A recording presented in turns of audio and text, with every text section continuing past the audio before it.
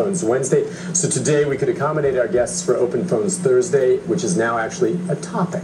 We're talking this morning about the controversy over Islam in Middle Tennessee, some of the debate going on right now on the proposed new mosques, specifically one that's going to be built in Murfreesboro, and another one actually in Rutherford, in the county area outside Murfreesboro, and also in the Antioch area here in Davidson County, and some of the debate, the concerns. We wanted to do this show. A lot of news stories have been done on it, but we have the unique situation here where we can dedicate an hour to take phone calls, to get your concerns, questions, and your chance to I think, query our guests and maybe just try to educate and find out what the real facts are and what the real concerns are about something like this. We've got two great guests this morning to talk about it.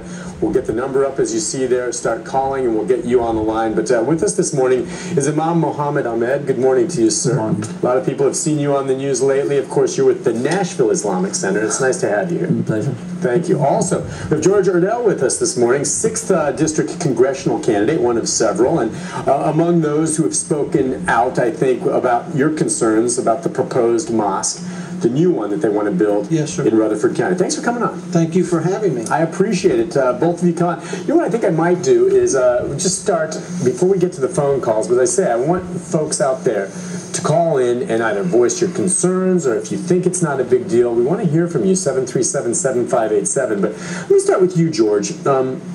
Just to get a sense from you, what your primary concerns are about having this new mosque, the large mosque that they proposed, 50,000 square feet and the like, out in the county in Rutherford, moving from their current location in the city.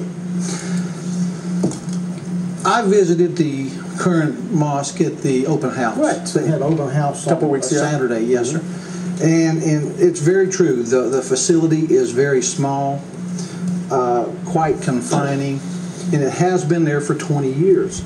What we're faced with now is the plans to come in with a, for lack of a better term, a mega mosque. Mm-hmm. Islamic Center, I think, is the proper term for it, because it's going to be so much more than a mosque.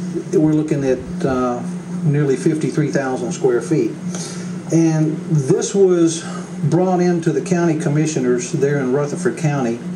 There was little, if any, public word put out about it, so naturally the citizens of Rutherford County had no opportunity to have their input at a public hearing. Now, the county commissioners are saying they're not even required to have a public hearing. That's debatable. That's going to be left up to the courts to decide.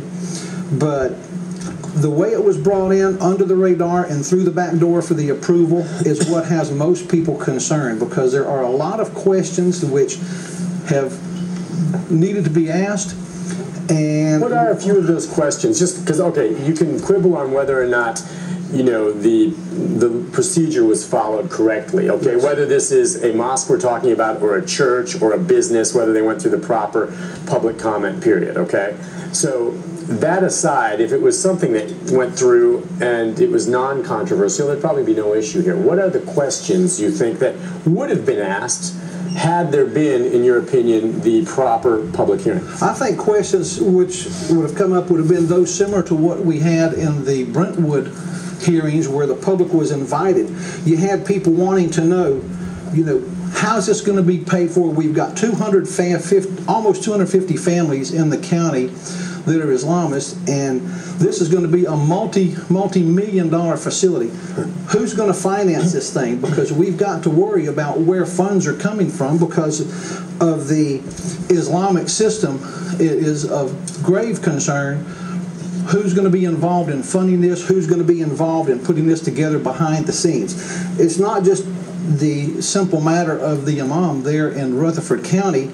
Is he going to be the head of this? Very doubtful, because when the people put the money in to build this mega facility, they're going to be the ones who want to have the say what's going to be taught there, what's going to go on there. So what you're leaving left unsaid, I guess, is the underlying concern when you talk about money, who's in control, what's really going to be happening there is, could somehow this large new facility be some kind of front for some terrorist activity? You have to look at it. This is a post-9/11 world we're in now. If we were back before 9/11, these things wouldn't be of concern to most of us. But you've got to realize, prior to 9/11 and since 9/11, we have seen Islam responsible for the deaths of thousands of people around the world, and it is inherent with the dogma of Islam that, you know, they kill people. All right, so hang tight. We're going to get into this, but obviously now I want to give Imam Muhammad Ahmed a chance now to respond. We hit on a lot of points there, and I don't know where you'd like to start, but if you want, just on its face at the beginning, maybe talk about the funding, how this land was purchased, how it's going to be paid for, and where that comes from. Okay, first of all, I want to mention something very important.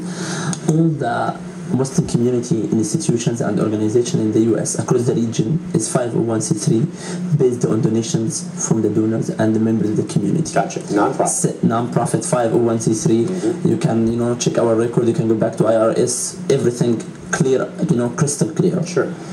Where does our money come from? We do not receive any funding from overseas. Period.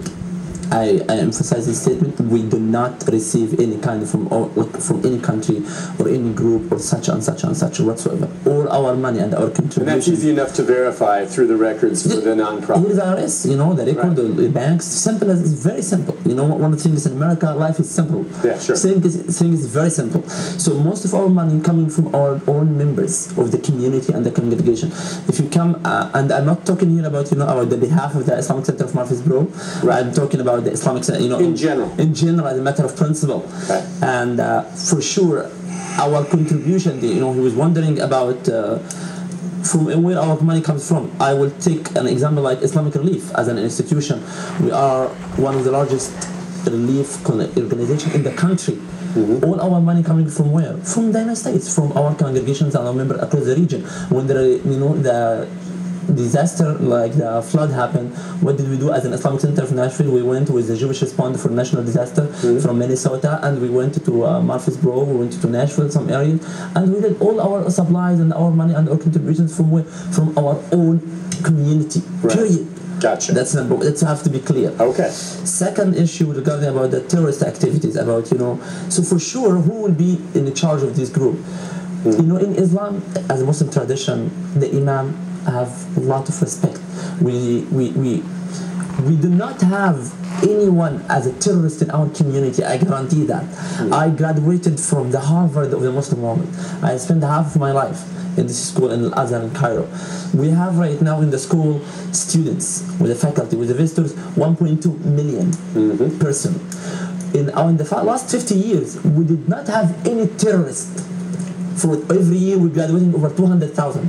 We do not have any kind of terrorist or radical or whatsoever. Where are you talking about? In reference to what? Across the globe. This is the largest school graduating. From your school? From our school, right. And across the globe. Reflecting on that, most of people we see as doing such an activities like Al-Qaeda, like terrorists, they have never been in a religious school. All what their training is Mr. Google.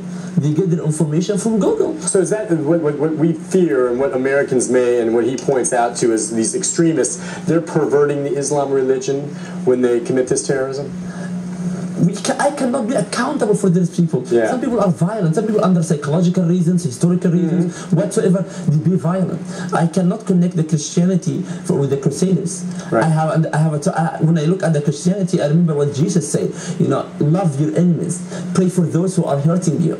That's what Jesus said. This is in Islam, we believe in Jesus, we believe in Muhammad. I want to just emphasize something very important about the Islamic Center could be a terrorist activities. We defended this country. We defended this country. I have been involved with the FBI national across the United States of America. We prevented an attack to this country from inside and outside. Whatever the religion is, we are part of the system. We are Americans, we are loyal citizens, and I can challenge you, if you can, in our small community in Nashville, can give me one person, practice Muslim in our community, have a violent ideas, not even act on it, just to have an idea, violent ideas, or radical ideas. We don't. Well, we have to take a break, and we have not done a story on anyone like that. You're right. So I will say this, there are extremists in